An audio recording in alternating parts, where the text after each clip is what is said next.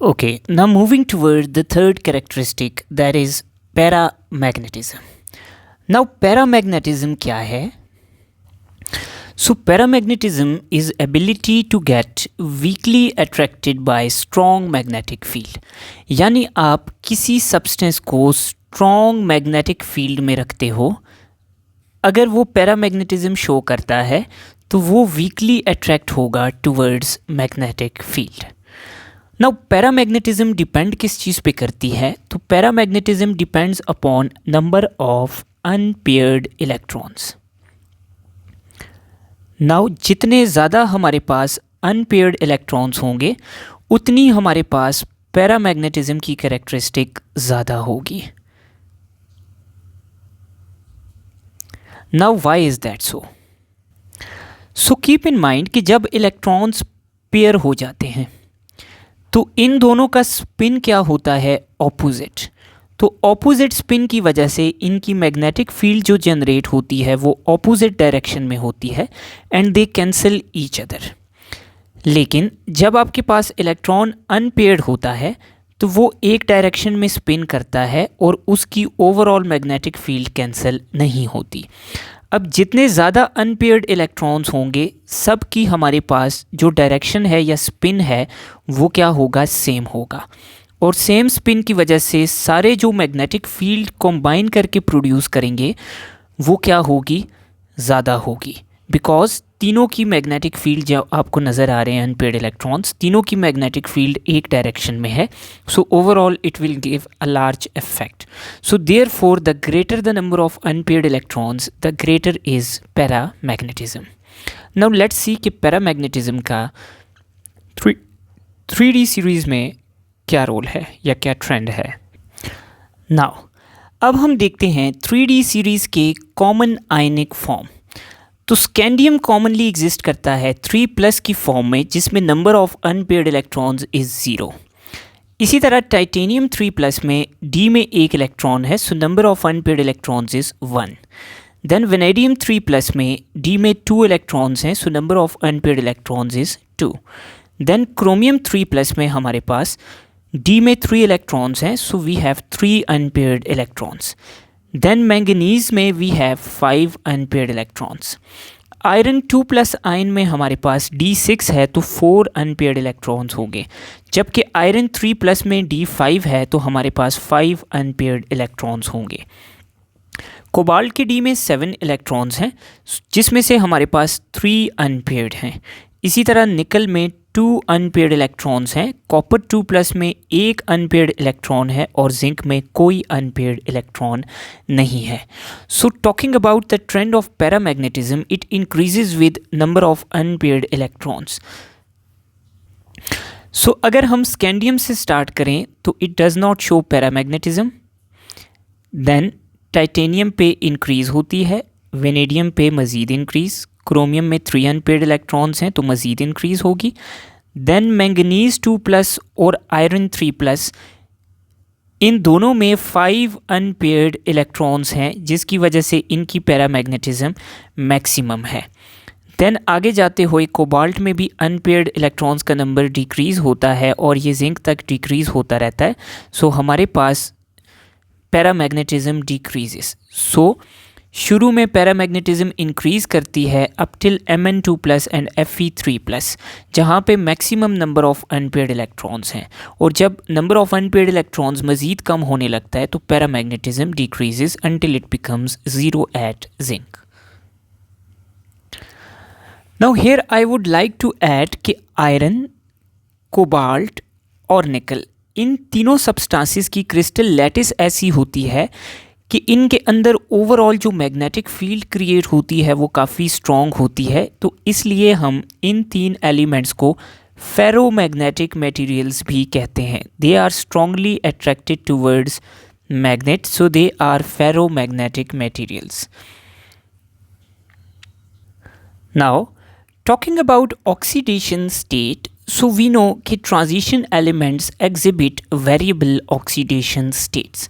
उसकी वजह यह है कि इनमें s ऑर्बिटल के इलेक्ट्रॉन्स भी लूज़ हो सकते हैं और अंडरलाइंग d ऑर्बिटल के इलेक्ट्रॉन्स भी लूज़ हो सकते हैं. तो different number of electrons loose होने की वजह से ये डिफरेंट ऑक्सीडेशन स्टेट्स शो करते हैं. Now let's see this in detail. Now talking about 3D series, तो स्कैंडियम अपने S के जब 2 इलेक्ट्रॉन्स लूज करता है तो इट शोज 2+ ऑक्सीडेशन स्टेट. अब S के 2 इलेक्ट्रॉन्स लूज करने के अलावा ये D का एक इलेक्ट्रॉन भी लूज कर सकता है, तो वो लूज करके ये 3+ की ऑक्सीडेशन स्टेट शो करता है. इसी तरह टाइटेनियम अगर S के 2 इलेक्ट्रॉन्स लूज कर दे तो ये 2+ ऑक्सीडेशन स्टेट शो करेगा. देन अगर D में से एक इलेक्ट्रॉन ये निकाल दे तो ये 3+ ऑक्सीडेशन स्टेट भी शो करेगा. और अगर D में से अगला इलेक्ट्रॉन भी निकाल देगा तो ये इवन 4+ की ऑक्सीडेशन स्टेट भी शो करेगा. इसी तरह वेनेडियम S के 2 इलेक्ट्रॉन्स लूज करके 2+ और D के 3 सक्सेसिव इलेक्ट्रॉन्स लूज करके 3+, 4+ और 5+ की ऑक्सीडेशन स्टेट्स शो कर सकता है. इसी तरह if we talk about chromium, तो क्रोमियम के कन्फिग्रेशन में 6 इलेक्ट्रॉन्स हैं, तो ये 2 से लेके 6 तक की ऑक्सीडेशन स्टेट शो कर सकता है. Now if we talk about manganese, तो manganese has ability to show maximum number of oxidation states. Manganese 2+ भी शो करता है, in addition 3+, 4+, 5+, 6+ और 7+ तक की ऑक्सीडेशन स्टेट्स ये शो करता है, क्योंकि 2 इलेक्ट्रॉन्स S से ये लूज़ करता है और इसके 5 D में अनपेयर्ड इलेक्ट्रॉन्स हैं, तो उन सबको भी ये बारी बारी लूज़ करके 7+ तक की ऑक्सीडेशन स्टेट्स शो करता है. नाउ आयरन 2+ शो करता है, 3+, 4+, 5+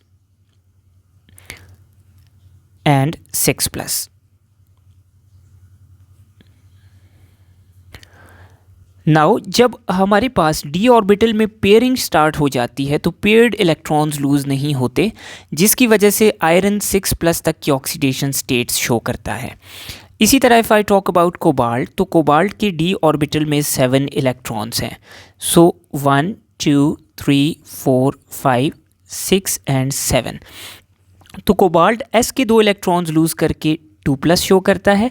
देन D के ये 3 ही अनपेयर्ड इलेक्ट्रॉन्स लूज़ कर सकता है, तो ये 3+, 4+ और 5+ की ऑक्सीडेशन स्टेट्स शो करता है. इसी तरह निकल शो करता है 2+, 3+ एंड 4+. कॉपर की एक इम्पॉर्टेंट बात यह है कि कॉपर 1+ ऑक्सीडेशन स्टेट भी शो करता है. इसी तरह कॉपर 2+ ऑक्सीडेशन स्टेट भी शो करता है और 3+ ऑक्सीडेशन स्टेट भी शो करता है. And zinc only shows 2+ oxidation state. So transition elements have ability to show different oxidation states, और ये एबिलिटी इंक्रीज़ करती है मैंगनीज तक, जिसमें number of unpaired d electrons maximum है, और मैंगनीज से डिक्रीज़ करती है जिंक तक, जिसमें हमारे पास d ऑर्बिटल फिल होता है. नाउ अगर इनकी ऑक्सीडेशन स्टेट की स्टेबिलिटी की बात करें तो स्कैंडियम से लेके क्रोमियम तक 3+ oxidation state is considered more stable, जबकि मैंगनीज और उसके बाद वाले जितने एलिमेंट्स हैं उनमें oxidation state 2+ is considered the most stable oxidation state. Now यहाँ पर मैं एक बहुत ही इम्पॉर्टेंट कॉन्सेप्ट शेयर करना चाहूँगा मैंगनीज को एग्जाम्पल लेके. नाउ मैंगनीज की लोएस्ट ऑक्सीडेशन स्टेट है 2+ और हाईएस्ट ऑक्सीडेशन स्टेट है 7+. नाउ 2+ इसकी लोएस्ट ऑक्सीडेशन स्टेट है, तो 2+ से ये मज़ीद नीचे नहीं जा सकता, ये 2+ से कम ऑक्सीडेशन स्टेट नहीं शो कर सकता. तो इसलिए अगर मैंगनीज़ हमारे पास 2+ फॉर्म में है तो ये 2+ से 7+ तक ऊपर जा सकता है, यानी ये ऑक्सीडाइज हो सकता है, लेकिन 2+ से नीचे नहीं जा सकता, यानी ये फर्दर रिड्यूस नहीं हो सकता. तो अगर ये 2+ में है तो ये ख़ुद ऑक्सीडाइज होगा और दूसरे को रिड्यूस करेगा, तो इसका मतलब है कि 2+ ऑक्सीडेशन स्टेट के साथ ये सिर्फ़ और सिर्फ रिड्यूसिंग एजेंट के तौर पे बिहेव करता है, ऑक्सीडाइजिंग एजेंट के तौर पे बिहेव नहीं कर सकता. अब अगर मैं 7+ की बात करूं तो ये 7+ से ऊपर नहीं जा सकता, यानी अगर मैंगनीज़ हमारे पास 7+ में पड़ा है तो ये यहाँ से रिड्यूस तो हो सकता है लेकिन मज़ीद ऑक्सीडाइज होके ज़्यादा ऑक्सीडेशन स्टेट नहीं अचीव कर सकता। तो इस वजह से हमारे पास 7+ ऑक्सीडेशन स्टेट के साथ मैंगनीज़ खुद रिड्यूस होगा और दूसरे एलिमेंट को ऑक्सीडाइज करेगा, तो 7+ ऑक्सीडेशन स्टेट के साथ ये ऑक्सीडाइजिंग एजेंट के तौर पे बिहेव करता है। और अगर बीच वाली कोई भी ऑक्सीडेशन स्टेट होगी, यानी 3+, 4+, 5+, 6+, इन ऑक्सीडेशन स्टेट से ये ऑक्सीडाइज भी हो सकता है और रिड्यूस भी, तो यहाँ पर ये डिस्प्रोपोर्शनेशन कॉज कर सकता है। It can cause self oxidation reduction reaction, यहाँ पर डिस्प्रोपोर्शनेशन हो सकती है। ये ऑक्सीडाइज भी हो सकता है, रिड्यूस भी हो सकता है। लेकिन लोएस्ट ऑक्सीडेशन स्टेट में कोई भी ट्रांजिशन एलिमेंट ये प्योरली रिड्यूसिंग एजेंट के तौर पे बिहेव करेगा और हाईएस्ट ऑक्सीडेशन स्टेट में ये प्योरली ऑक्सीडाइजिंग एजेंट के तौर पे बिहेव करेगा। This is very important point to remember.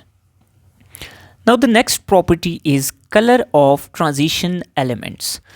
Now we know कि ट्रांजिशन एलिमेंट्स के कंपाउंड्स जनरली कलर्ड होते हैं। Now what is the reason for that? Now normally हमारे पास जो डी ऑर्बिटल्स का सेट है वो डीजेनरेट होता है, यानी उनकी एनर्जी क्या होती है, सेम होती है। लेकिन जब एक ट्रांजिशन एलिमेंट कॉम्प्लेक्स बनाता है तो कॉम्प्लेक्स की शेप की वजह से डी ऑर्बिटल्स स्प्लिट हो जाते हैं into different sets depending upon the shape of compound form. तो अब डी ऑर्बिटल्स की एनर्जी, पहले 5 के 5 डी ऑर्बिटल्स की एनर्जी सेम थी, अब डी ऑर्बिटल्स की एनर्जी क्या हो जाती है, डिफरेंट हो जाती है। तो जब डी ऑर्बिटल्स की एनर्जी डिफरेंट होती है तो नीचे वाले डी ऑर्बिटल्स में जो इलेक्ट्रॉन पड़ा है it can get excited to higher orbital, और अब इस हायर ऑर्बिटल से ये वापस नीचे जब आता है तो इसके रिजल्ट में क्या चीज़ रिलीज होती है, energy, and this energy is in the form of visible light. तो इस वजह से ट्रांजिशन एलिमेंट्स के जो कंपाउंड हैं वो हमें कलर इम्पार्ट करते हैं। Now the fifth characteristic that we are going to study is colour of transition elements.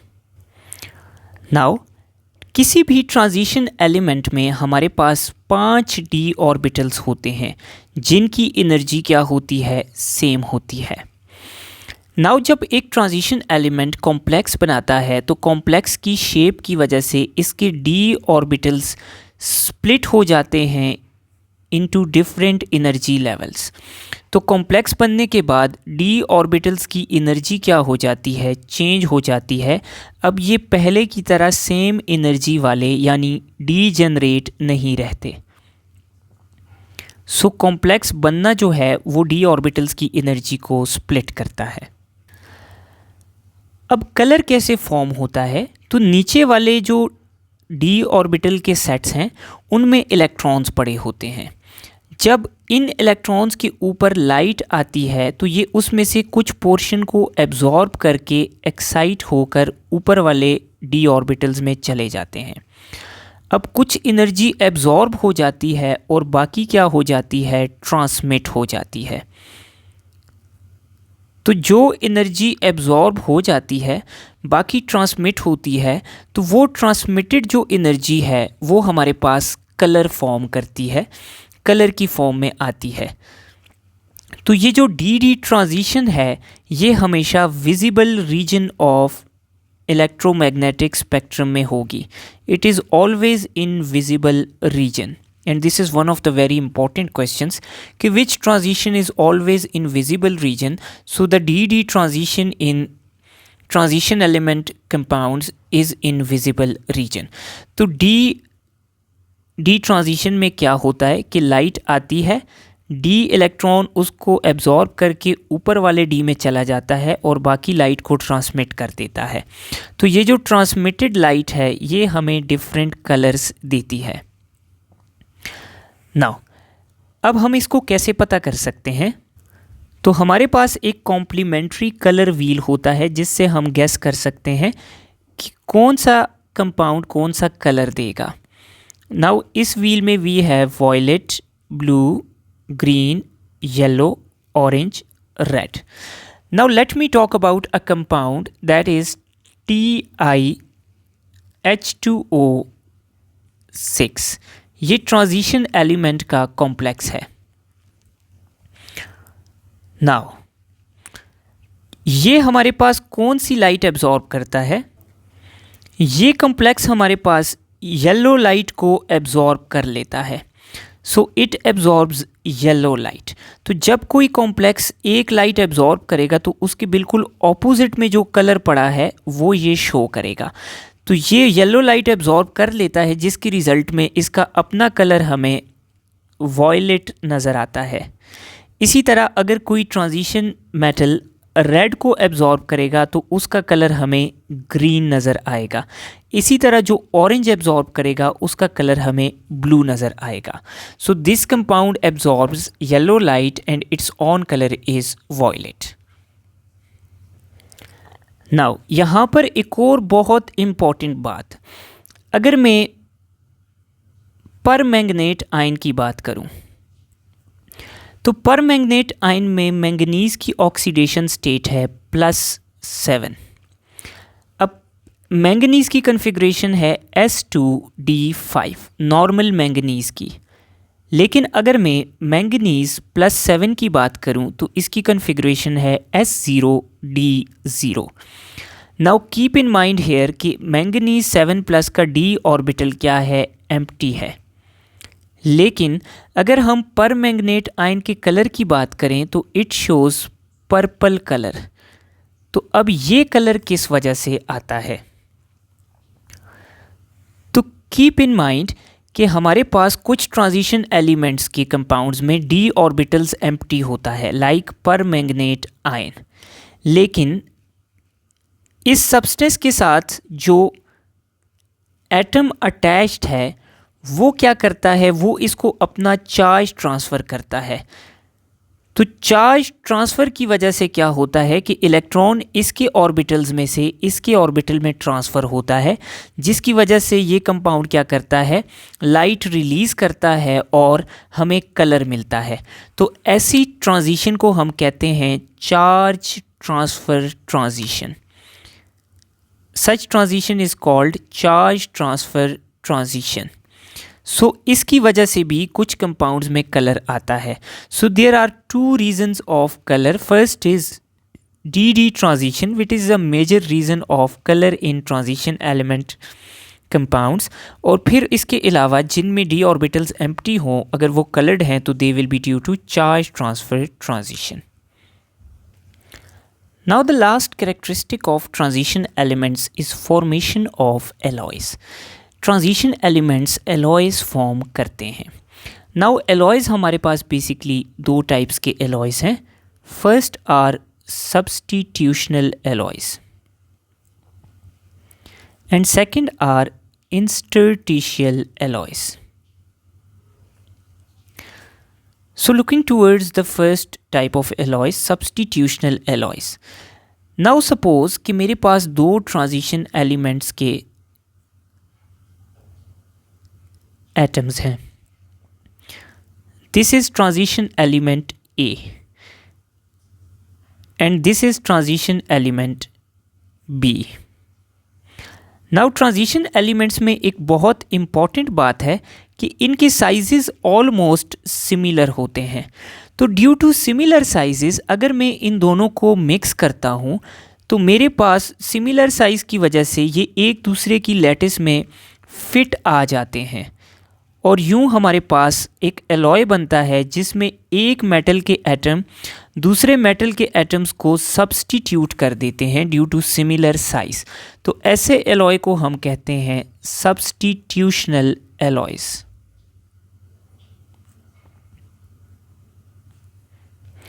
So common alloys हमारे पास आते हैं brass and bronze. So brass हमारे पास कॉपर और जिंक का एलॉय है, जबकि ब्रॉन्ज कॉपर और टिन का एलॉय है.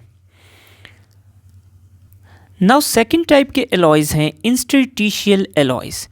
इंस्टरटिशियल एलॉयज़ किस तरह के एलॉयज़ हैं? तो हमारे पास जो ट्रांजिशन मेटल के एटम्स हैं, उन एटम्स के दरमियान कुछ एम्प्टी स्पेसेस होती हैं। जिस तरह ये एक एम्प्टी स्पेस है, इस एम्प्टी स्पेस को हम कहते हैं इंस्टरटिसेस। इनको हम कहते हैं इंस्टरटिसेस। नाउ इन स्पेसेस के अंदर कोई ना कोई जो छोटे एटम्स हैं वो आ सकते हैं। छोटे एटम से मेरा मतलब है like carbon, like hydrogen, like nitrogen, oxygen. तो इस तरह के एटम्स इन इंटरस्टिसेस में आ सकते हैं। तो जब हम इस तरह के एलिमेंट्स को ट्रांजिशन मेटल एलिमेंट के साथ एलॉय करेंगे तो क्या होगा कि ट्रांजिशन मेटल के जो एटम्स हैं वो अपनी जगह पर रहेंगे और इसकी इंस्टरटिसेस में छोटे एटम्स आ जाएंगे। लाइक अगर मैं आयरन ले लूँ और उसके अंदर कार्बन डाल दूँ तो मेरे पास स्टील बन जाता है, जो कि एक इंस्टरटिशियल एलॉय है और काफ़ी स्ट्रॉन्ग एलॉय है। So these are the general characteristics of transition elements.